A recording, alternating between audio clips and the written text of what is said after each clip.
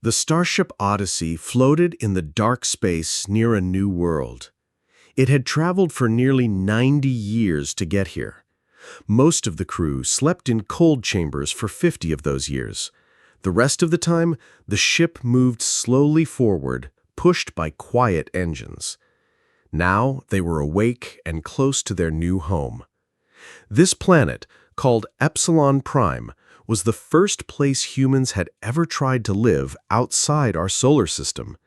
It was blue and green, with clouds and oceans and land. It looked like Earth. That was why they chose it. On the command deck, Captain Daniel Reeves stood with his hands behind his back.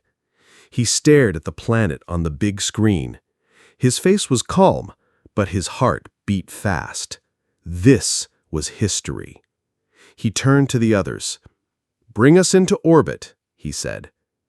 The ship turned slowly and moved into a steady path around the planet.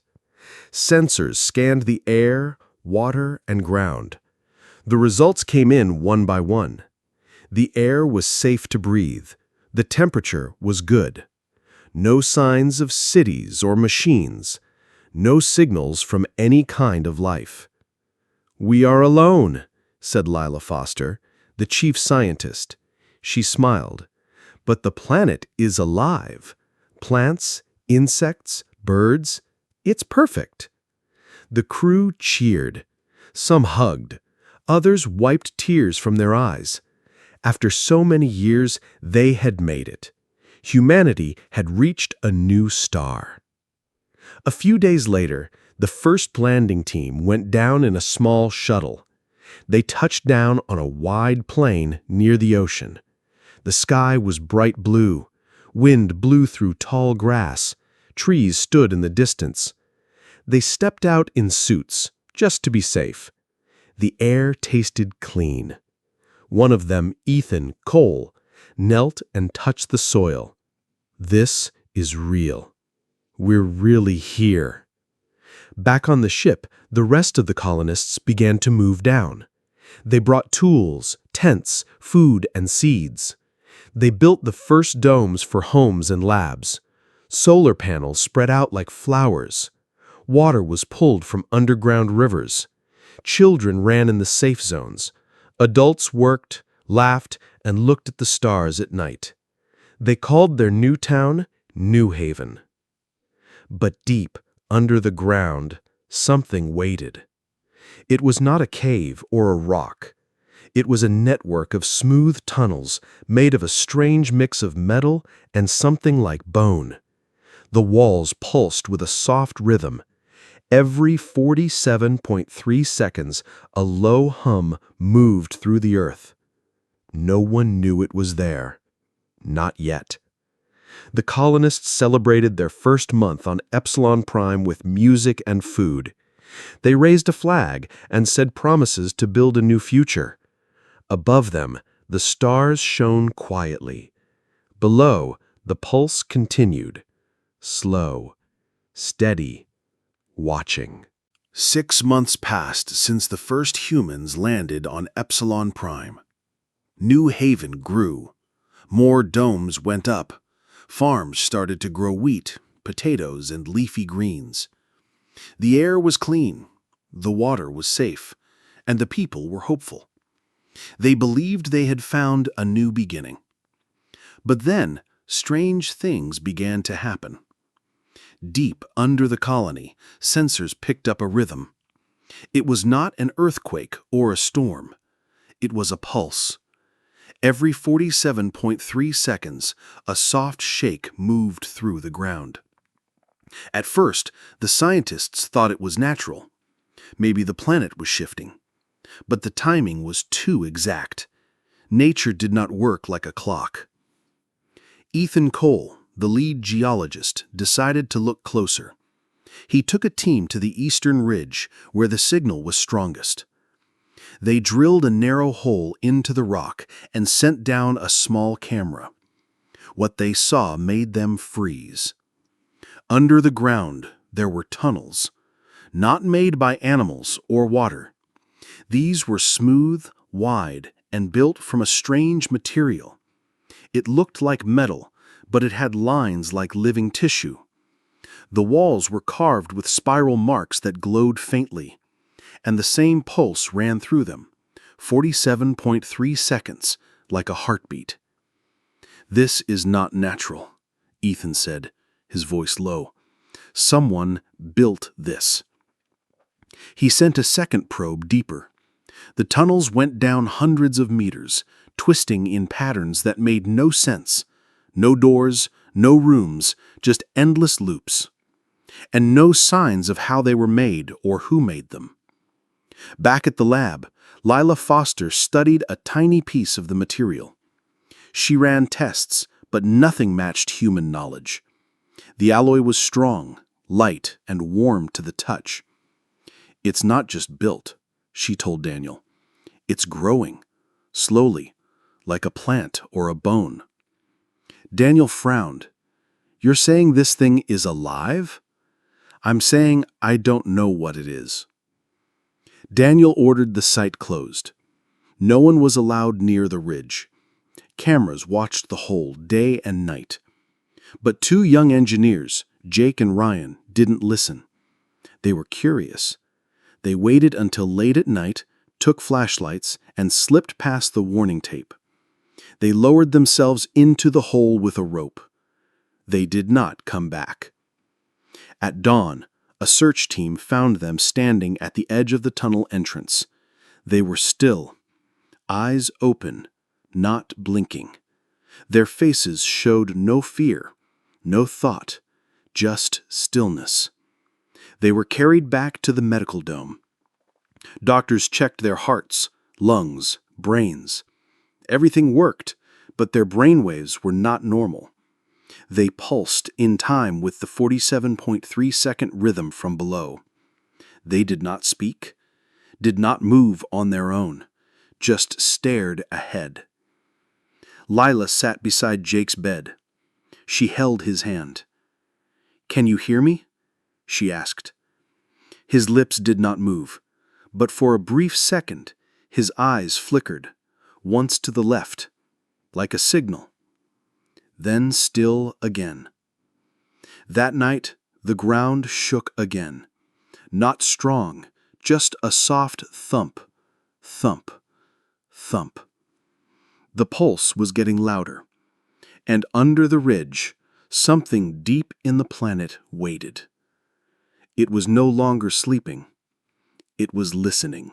The mood in New Haven changed. Fear moved through the colony like a cold wind. People whispered in corners. They looked at the ground as if it might open and take them.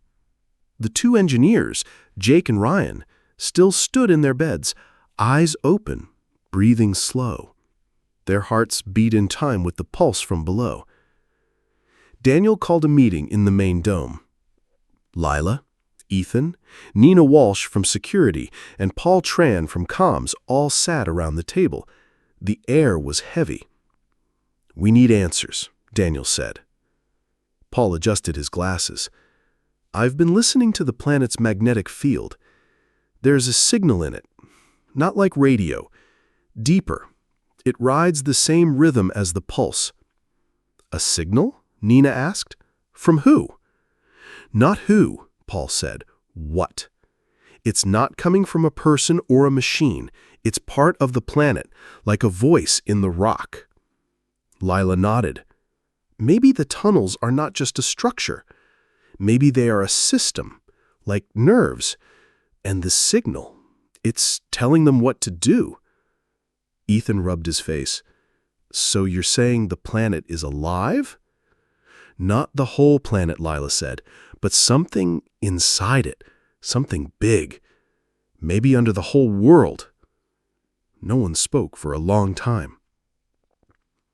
That night, the ground shook again. This time, a loud crack split the eastern ridge. Rocks fell. Dust rose into the air. By morning, a large hole had opened. It was round, too perfect to be natural. From deep inside, a thin mist rose. It shimmered like oil on water and moved slowly, like it had a mind.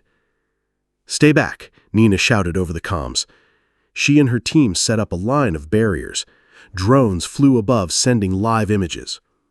The mist did not rush. It flowed, and where it passed, the grass turned gray. The air felt thick. Then 2 colonists who were too close froze in place. One was a farmer, the other a tech worker. They dropped their tools and stood still. Their eyes turned dull. Within minutes, they walked, slow and stiff, toward the hole. Nina ordered them stopped, but when her team approached, the mist curled around them. One guard took a breath. He froze, then turned and walked with the others. 4 people now stood in a circle around the hole, silent, still, facing inward. Paul watched the data. Their brainwaves, they matched the pulse. They're not dead, they're linked. Daniel stared at the screen. His hands were tight. How do we stop it? Lila looked out the window at the rising mist. We don't know what it wants. Maybe it doesn't want to hurt us. Maybe it thinks we're part of it. That's not good enough, Nina said. We have to cut the signal, shut it down. They tried to launch the shuttle to escape, but the power failed. Wires were melted. Someone found bite marks on the cables, sharp, precise, like teeth made of metal. Something underground was fighting back. That night, the mist grew thicker. More people vanished. Some ran into the fog on their own. Others were taken when the wind shifted. Daniel stood on the edge of the camp, looking at the distant glow of the hole. We came here for a new life, he said to Lila. Maybe, she said, but we were not the first to live here. The pulse beat on. Thump, thump. And deep below, the planet listened. The colony was falling apart. Fear spread faster than the mist. People locked themselves in their domes. Others packed bags, hoping to run into the forest. But there was no safe place. The pulse was everywhere now. It shook the ground every 47.3 seconds. Lights flickered in time with it. Even the water in the tank swayed like it had a heartbeat. Daniel knew they could not run. The shuttle was broken. The comms could not reach Earth. They were alone. Leela and Paul worked non-stop in the lab. They studied the brain scans of the linked people. They listened to the signal. Paul found something new. The signal isn't just one sound, he said. It has layers, like a language, but not words, more like feelings. Hunger, wait, join. Leela looked up. You mean it's trying to talk? Not to us, Paul said, to itself, to whatever is down there. And now it's calling to us. Ethan had an idea. He remembered the sonic tools they used for mapping rock, high-pitched sound waves that could shake stone. He thought, what if the tunnels don't like noise? They tested it on a small piece of the metal bone material.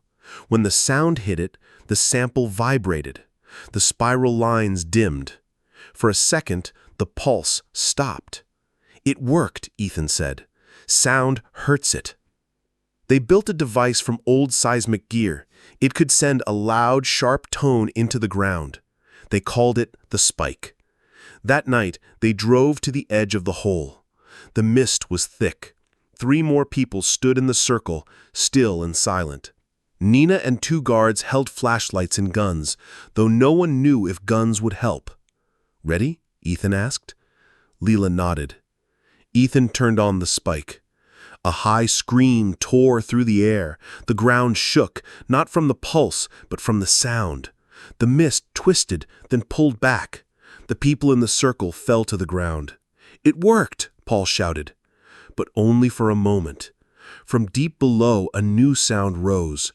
Low, angry. The pulse pulsed red. The mist came back, faster this time. It moved like a wave toward them. They ran. Back at the dome, they checked on the people they saved. Jake and Ryan were still out, but the others woke up. They coughed, cried, said they saw the light and the voice. It showed me everything, one woman said. It thinks we belong to it." Daniel sat in silence. Then he looked at Leela. "If it's alive, maybe we don't fight it. Maybe we talk." Leela's eyes widened. "We send a signal back, not sound, not words, but thoughts, memories. Show it what we are." Paul nodded. "We use the spike, but not to hurt, to speak. We send human moments, laughter, a child's smile, a song." It was risky. The device was not made for this. But they had no choice. They worked all night. They fed videos, sounds, even heartbeats into the machine. They chose the purest things: love, joy, sadness, hope. At dawn, they sent the signal down. Then they waited. The pulse slowed. The mist stopped. And for the first time in days, the air was still. Deep below, something listened. Not with ears, but with mind. And for the first time, it heard not noise, but meaning. The silence lasted for hours. No pulse, no mist, no strange movements in the ground. The air felt lighter. The sky was clear. Birds sang in the trees like nothing had happened. But the people in New Haven did not move. They waited. They watched. Every eye was on the eastern ridge, where the hole had opened. Now it was closed. The earth had sealed it, smooth as if it had never been broken. Lila sat in the lab, staring at the monitor. The signal was gone. The brain waves of the rescued colonists were normal. Jake and Ryan still slept, but their breathing was calm. Their faces looked peaceful. Daniel stood outside, hands in his pockets. Nina joined him. "Do you think it's over?" she asked. "I don't know," he said. "Maybe not over. Maybe just quiet." Paul came running from the comms tent. The spike picked up something. Not a pulse, a pattern. Short, soft, like an echo. They all rushed inside. On the screen, a wave of light moved slowly. It repeated every minute. Not 47.3 seconds. Different, slower, gentler. Lila leaned closer. "It's not a command. It's a response." "What is it saying?" Ethan asked. Paul listened to the tone, then closed his eyes. "I think it's thanking us." No one spoke. The weight of that word hung in the air. Not attack, not control. Thank you. Later that day, Jake woke up. He sat up in bed, looked around, and said one word. "Home." "What do you mean?" Lila asked. He didn't answer at first. Then he whispered, "It showed me. It's been alone. For so long. It thought it was the only mind in the dark. Then we came. It reached out, not to hurt, to connect." Ryan woke up the next morning. He said the same thing. "It doesn't want to take us. It wants to know us." The colony met again, this time not in fear, in thought. "We can't destroy it," Lila said. "It's part of the planet, and it's alive. Maybe not like us, but alive. But we can't live on top of it if it keeps pulling people in," Nina said. "Then we don't live on top. We live beside it. We stay back from the ridge. We don't dig. We don't drill. We respect it." They agreed. New Haven would stay small. No more expansion, no more deep scans. They would farm, live, and watch the stars, but never forget what was beneath. Weeks passed. No pulse, no mist. Life returned to calm. One night, Daniel stood on a hill, looking at the sky. Lila joined him. "Do you think Earth will believe us?" she asked. "Maybe not at first, but one day others will come, and we'll tell them this world is not empty. It has a heart, and we learn to listen." A soft wind blew. Far away, deep under the soil, a single tone sounded. Not loud, not fast. Just once. Like a whisper. Like a friend saying, "I hear you too."